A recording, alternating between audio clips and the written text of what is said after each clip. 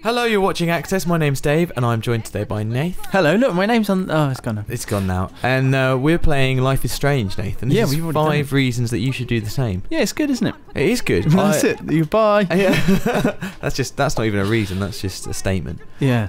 What's the number one reason? What's the first reason? Well, the first reason, I guess, is the game's big mechanic. Its big thing is that you, as Max, that's Max right there. This is her discovering right now that she can time travel. What? Or can she? Or she can reverse. She can rewind time. Yeah. And then do things differently. She screams Bo Selector as she rewinds time. I'm not sure if that is time travel, but it's time manipulation. How about that? We can't let that lie stand. That isn't true what I just said. No, that's definitely not what happened. And this is actually it's rewinding doing time. It now. There's no explanation for it, is there, at this stage? Not that we've seen. No, well, that's the other thing It's about Life is incongruous. Strange, isn't it? Is that it is an episodic game. Yes, exactly. There are 5 episodes of it. So I guess this is very much in the mold of one of the Telltale games, or of like a Heavy Rain. And I know what I like is that the rewind just throws something new into the mix. And it's a mechanic. It's not just change that decision if you want, because obviously there are forks in the road in those sorts of games. It's more like you retain. They use it as a mechanic because you retain knowledge and items, even inventory items that you've got in timelines that you have now made into cul-de-sacs and reversed back down. Yeah. So you can use it to your advantage. Well, you've touched upon something there. Like I think it can be used just simply as like a problem-solving thing, and sometimes it's like purposefully. For instance, here she gives a wrong answer to a teacher, then you learn what the right answer is from his response, and then you rewind time and can give him the correct answer. And if you want. But the thing is, you don't really know where all these decisions are going to end up. So that is true. I mean, occasionally it is just you need to do this to solve problems. But the second reason, I guess, to play this game that I was thinking of is the consequences.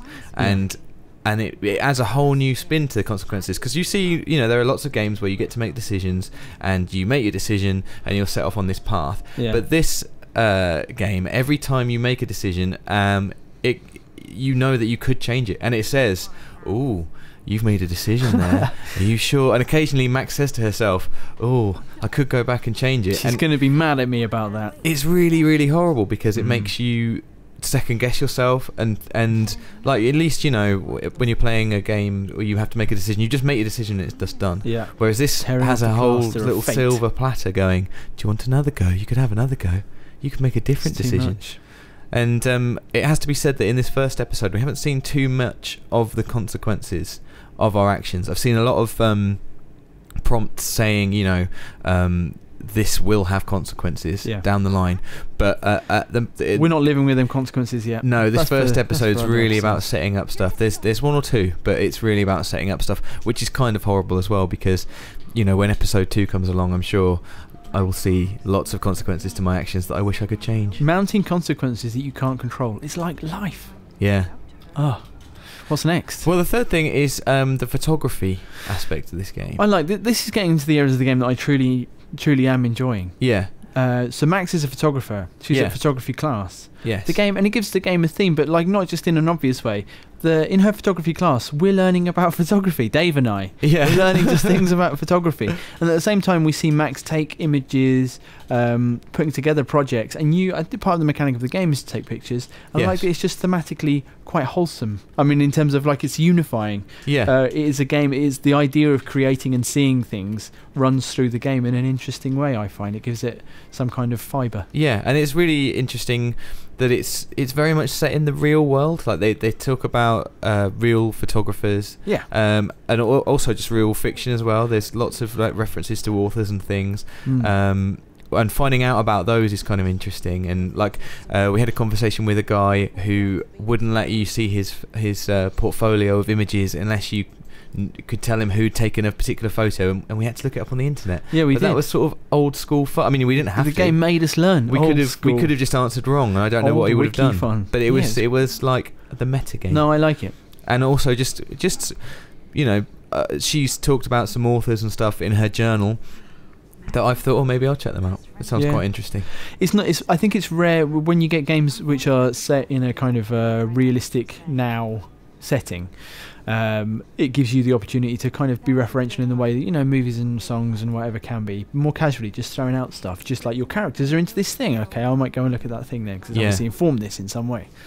I touched upon the next thing there, didn't I, Dave? Well, you might have. I said the word setting. Yeah, setting is very much the next thing, Nate. I knew it. And it's in the Pacific Northwest of America. It's Oregon. Which is, Oregon, which is where I was going to lie and say that oregano, well, then I couldn't even say it. The herb that makes spaghetti bolognese. Oregano. It doesn't anyway, so wow.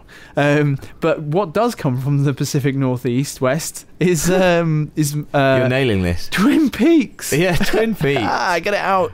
And obviously Twin Peaks, but just that whole look, you know, big leafy pines, the ocean. Yeah. There's a lighthouse in this, which seems very important. Yes. Just that whole sense. It doesn't look anywhere else in America. People are slightly kind of, you know, they're in the woods. The air's good. Everyone seems a bit tiny town, polite to each other. Yeah. Populations are tiny.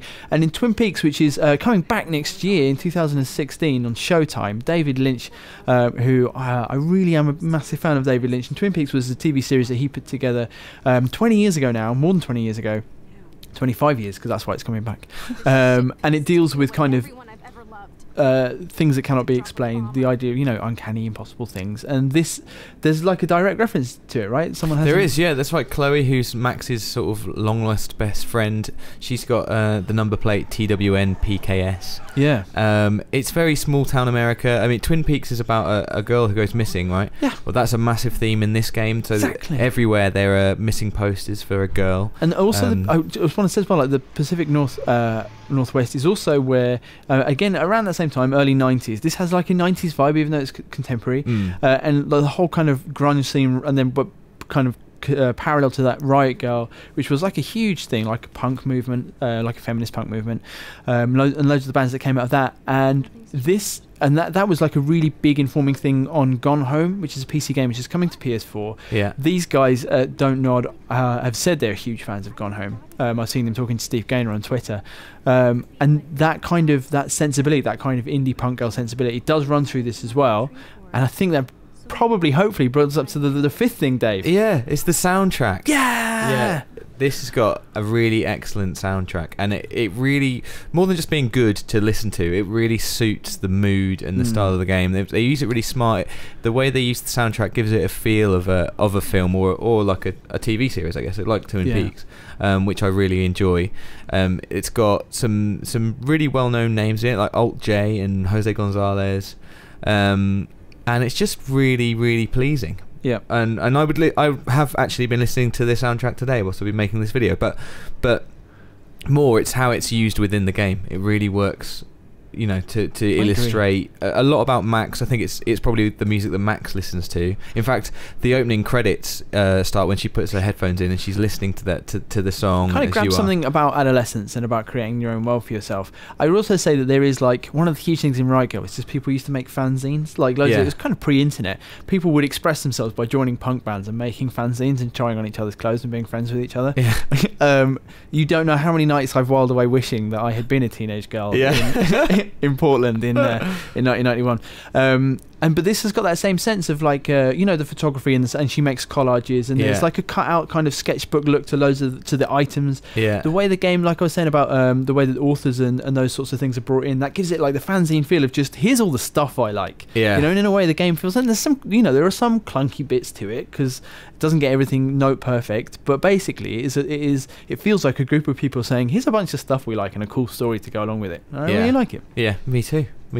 And most of all, I think just by the end I was fully hooked, and I'm really looking forward to episode 2. Like, there's a big mystery. I've got to know all the characters now, and I have, you know, feelings about them, and I just want to keep going because it really leaves you on a nice cliffhanger. Yeah. So there we go. So it's out right now, right, Dave? It's out right now, yeah. So check it out if you would like to, and also comment down below if you've got anything to say about Life is Strange, or indeed your life and why it might be strange. Like this video if you've enjoyed me and Dave talking about this game, and subscribe to Access for more stuff like this. We cover everything on PS4, PS3 and PlayStation Vita.